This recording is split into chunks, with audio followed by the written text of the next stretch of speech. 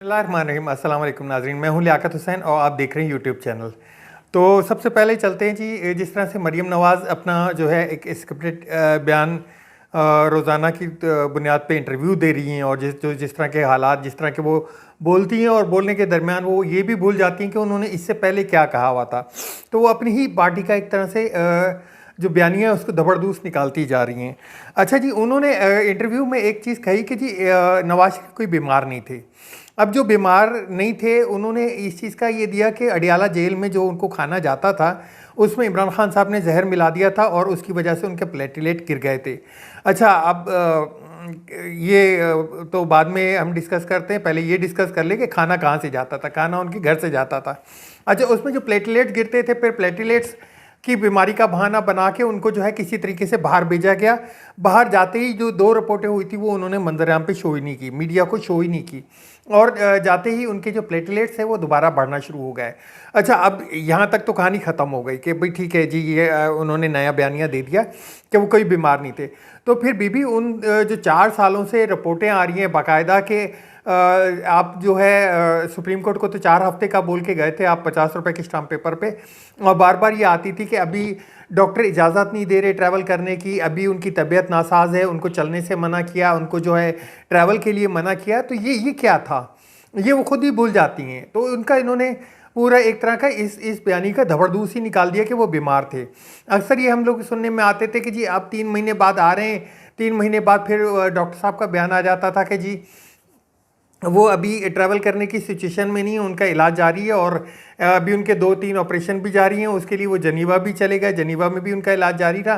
खैर, ये उनका अपना एक वो है मामला है, मैं इस बीमारी पे कोई नहीं बोलना चाहता। लेकिन एक चीज़ जो इतने अरसे से लेके चल रहे थे वो उन्होंने 2 मिनट में जो है उसका पोल ही खोल दिया।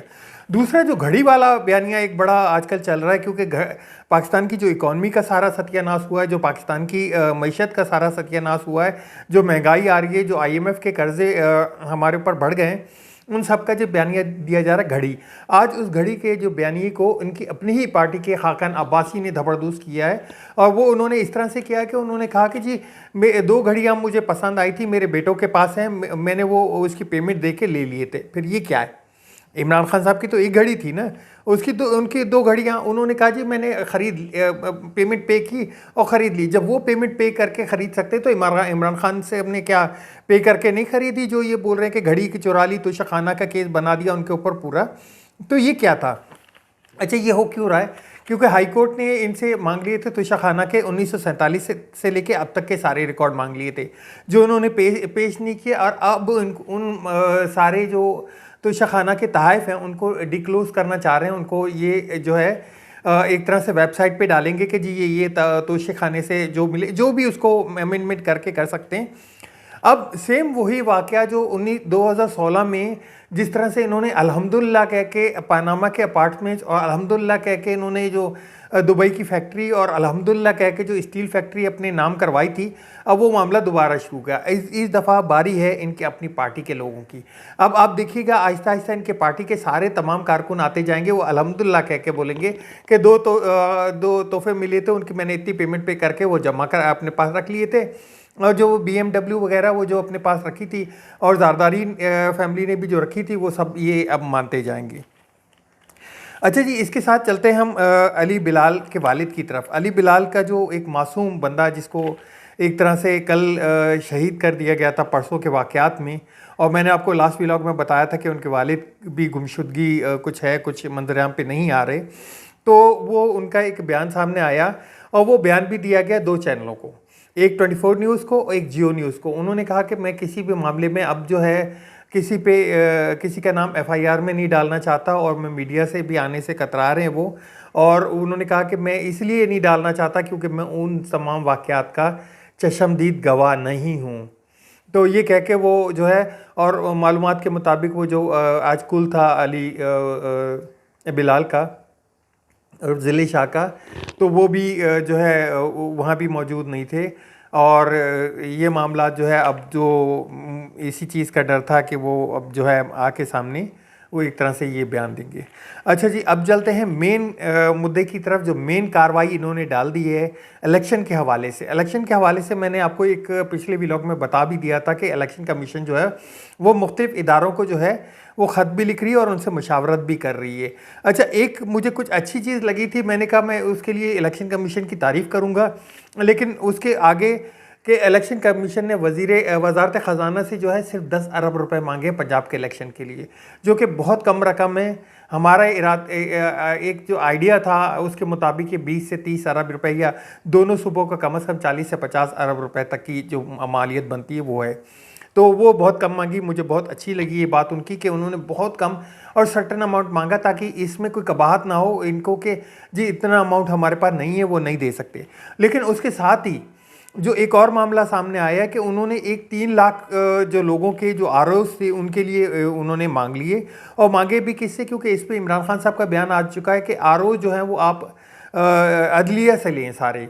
तो वो 3 लाख आरोज इन्होंने मांग लिए, जिसके ऊपर मुख्तलिफ इदारे जो CTD और पुलिस और रेंजर्स की तरफ से जो बाकी सिक्योरिटी के इदारे हैं और जो बाकी अमन व अमान के हवाले से उनका एक बयान सामने आया कि जी वो इदारों ने जो है इलेक्शन कमीशन को एक तरह से मना कर दिया है, या एक तरह से उन्होंने अपनी नाराज़गी वो रजामंदी का इजहार नहीं किया। उन्होंने जो इन इलेक्शन की मुखालफत जो है वो अमन व अमान के हवाले से कर दी है।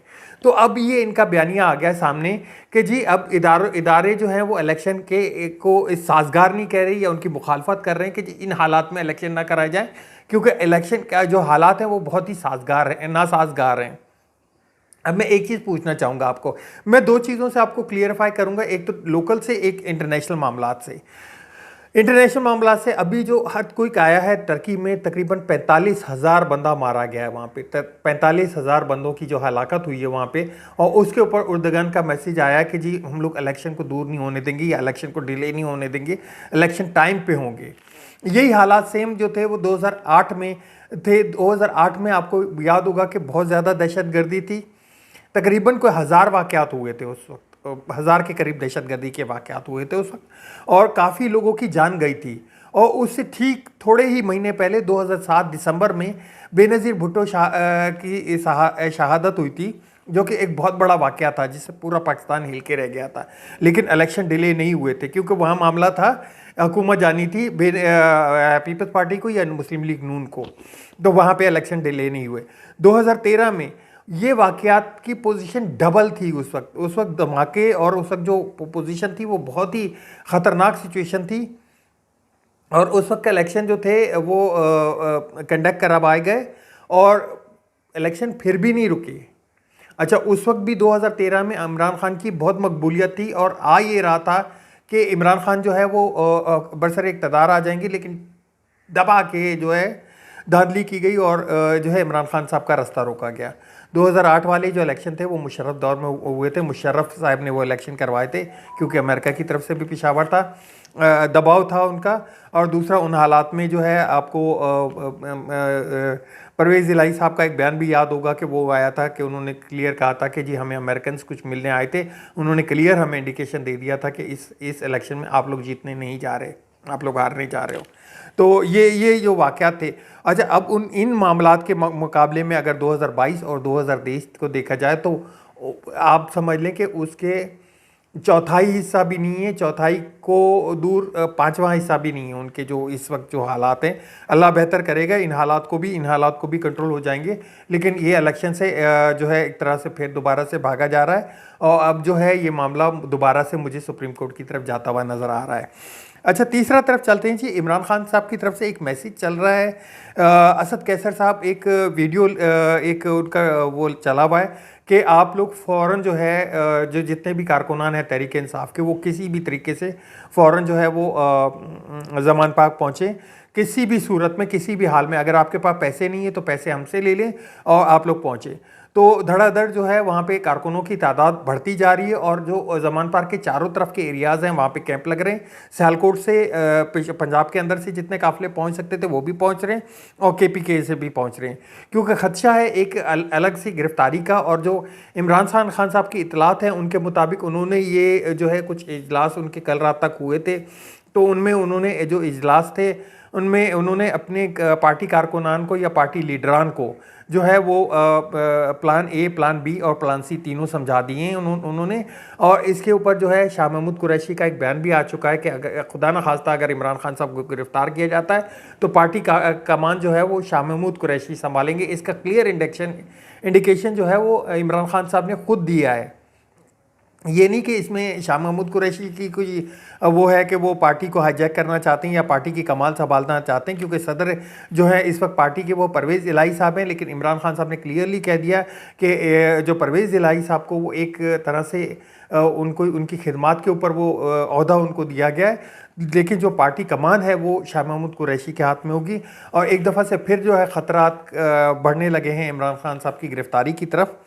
तो वो जो है उसको जो है कारकुनों को आज रात दोबारा देखें जी कहाँ पे मामलात पहुँचते हैं। एक तरह से दोबारा रेड अलर्ट कारकुनों को जारी कर दिया गया। कारकुनों की तादाद आज सुबह से बढ़ना शुरू हो गई थी और अब जो है काफ़ी तादाद है। और कुछ देर में आप शायद टेलीविज़न चैनल पे भी देखेंगे कि जो वहाँ पे जो मंज़र हैं वहाँ के। अब तक के लिए इतना ही, मिलते हैं नेक्स्ट व्लॉग में। आप दोस्तों से रिक्वेस्ट है अपना और अपने दोस्तों का अपने चैनल का ख्याल रखिएगा। मेरे चैनल को सब्सक्राइब ज़रूर कीजिएगा, चैनल को शेयर ज़रूर कीजिएगा और चैनल का बेल आइकन का बटन दबा दीजिएगा। आपके कमेंट्स का इंतज़ार रहेगा। आप कमेंट्स में भी मुझे अपने आगाह करते रहा करें। इंशाल्लाह। अल्लाह हाफ़िज़। पाकिस्तान जिंदाबाद।